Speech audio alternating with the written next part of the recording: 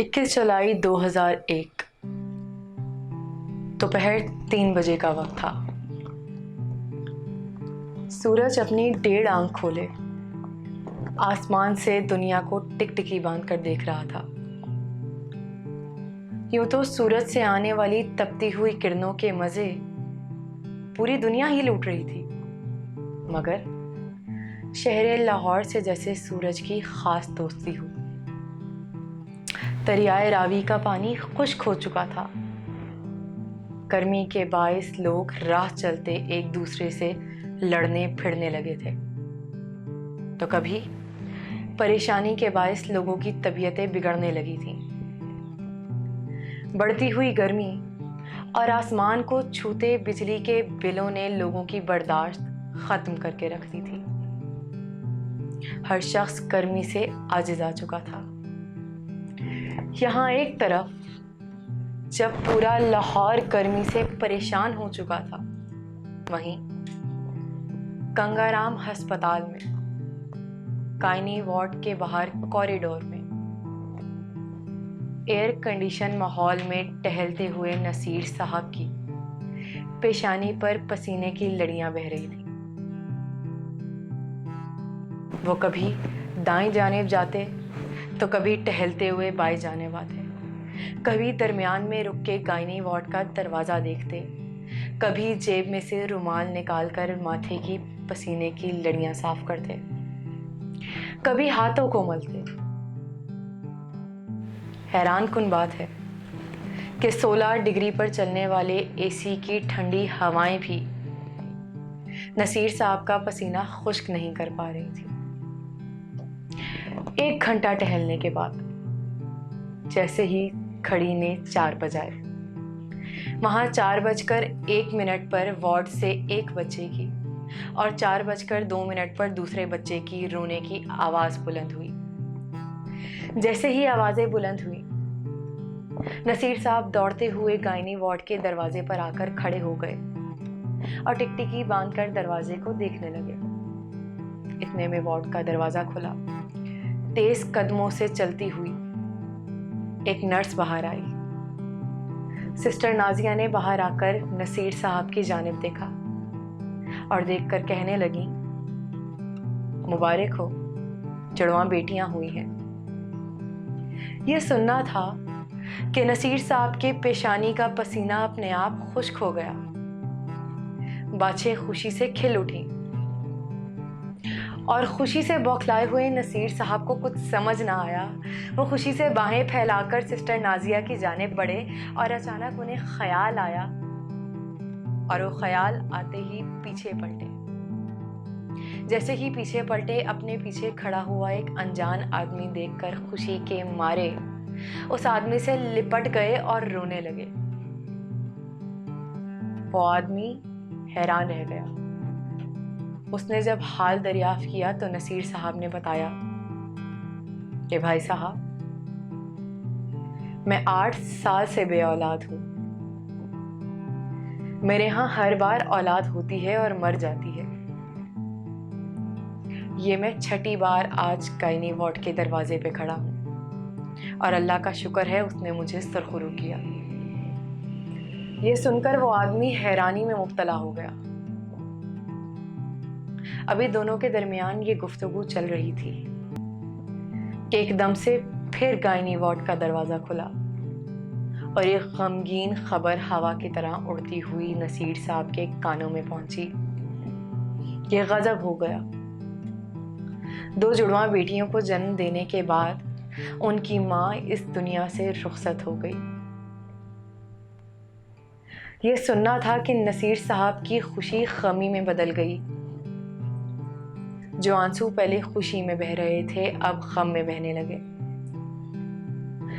कदम लड़खड़ाते हुए, जिस्म कपकपाता हुआ नसीर साहब 2 कदम पीछे गए और पीछे की दीवार को अपने हाथ से थाम लिया। हाथ का सहारा लेकर जो कमर को दीवार पर टिका कर बैठे तो गहरी सोच में मुब्तला हो गए। अब वो सोच उनकी पिछली रात का मंजर था। नसीर साहब सोचने लगे कि अभी पिछली रात उनके और उनकी अहलिया सायरा के दरमियान क्या गुफ्तगू हुई थी। हुआ कुछ यूं था कि गई रात अपने बिस्तर पर लेटे सायरा ने अपने दाएं हाथ से नसीर साहब का बाएं बाजू पकड़कर उनसे बातचीत करना शुरू की। सायरा ने सवाल पूछा कि नसीर साहब, अगर कल अल्लाह ने हमें सुरखरू कर दिया, अगर हमें औलाद की नेमत से नवाज दिया तो क्या होगा? ये सुनकर नसीर की खुशी की इंतहा न रही। उसने खुशी से चहकते हुए जवाब दिया, सायरा, होना क्या है?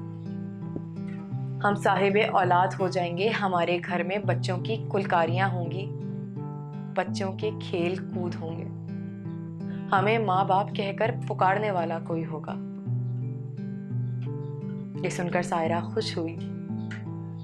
चंद हम लम्हों की खामोशी के बाद सायरा ने फिर सवाल पूछा कि नसीर साहब, अगर बिलफर्ज हर बार की तरह कल भी हम अल्लाह के दरवाजे से नाउम्मीद लौटे तो फिर क्या होगा?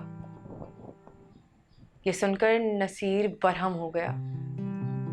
उसने अपने बाजू पर लिपटी हुई सायरा की उंगलियों को अपने दाएं हाथ की उंगलियों से छुड़वाया और फिर करवट बदलकर खामोशी से लेट गया। नसीर की इस खामोशी ने सायरा को बेचैन कर दिया। सायरा ने फिर सवाल पूछा, खुदा ना खास्ता हादसा हो गया तो क्या ताउम्र मुझसे यूं ही खफा रहोगे? नसीर ने दबे लहजे में जवाब दिया कि बेगम, दुआ करो कि ये दिन ना आए, क्योंकि खुदा ना खास्ता अगर ऐसा हो गया तो मुझे मजबूरन कोई फैसला करना पड़ेगा। ये जुमला सुनते ही सायरा की परेशानी बढ़ गई। सायरा ने तड़प कर पूछा कि क्या मतलब है कोई फैसला करना पड़ेगा? क्या दूसरी शादी कर लोगे? क्या मुझ पर सौतन ले आओगे? बताओ नसीर साहब, क्या शादी कर लोगे? नसीर ने एक लम्हे की भी देर ना करते हुए जवाब दिया कि दुआ करो वो दिन ना आए। मैं सौतन लाने से पहले तुम्हें छोड़ूंगा सायरा। इसके जवाब से सायरा और दिल बर्दाश्ता हुई और उसकी तड़प में इजाफा होने लगा। वो मजीद चीख कर बोली कि नसीर साहब, ये क्या कहते हो? खुदा का वास्ता ऐसी बातें ना करो, वो दिन आने से पहले अल्लाह करे मैं मर जाऊं। नसीर खामोश रहा। सायरा की तड़प और बढ़ी और वो बेचैनी से उठ खड़ी हुई और उठकर कहने लगी कि नसीर साहब, मैं कहती हूं मैं मर जाऊं।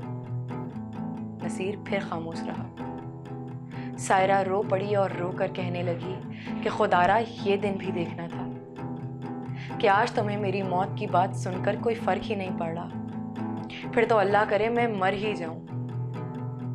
नसीर सख्त लहजे में बोला, सायरा, अच्छा सोचो ताकि अच्छा ही मिले, और सो जाओ। सायरा ने करवट बदली और मुंह में बुड़बुड़ाती हुई कहने लगी कि तुम पर अपनी माँ की बातों का असर है। तुम्हें लगता है मैं बांझ हूँ?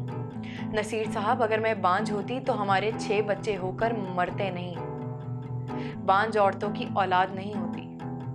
मेरी औलाद हर बार मेरी गोद में आकर छीनी जाती है। नसीर साहब, याद रखो, मैं बांझ नहीं हूँ। ये कहकर सायरा सो गई।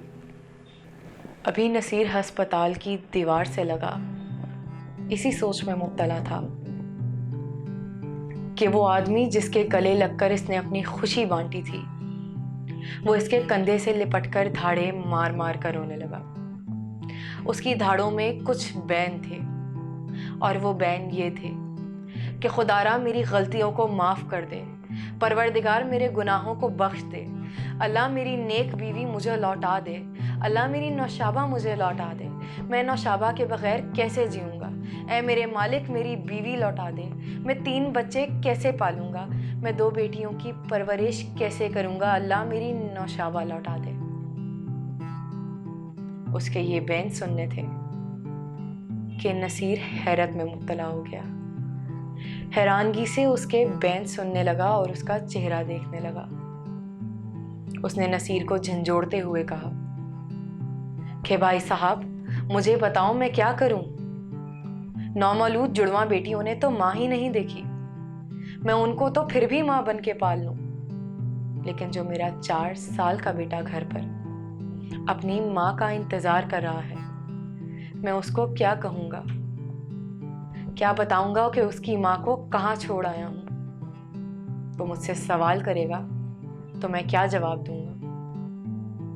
अभी नसीर उसकी ये गुफ्तगू सुन ही रहा था कि वार्ड से सिस्टर नाजिया दोबारा तेजी से आई और उस आदमी से मुखातिब होकर कहने लगी, सुनिए, खुदारा अस्पताल में ये चीखो पुकार ना करें।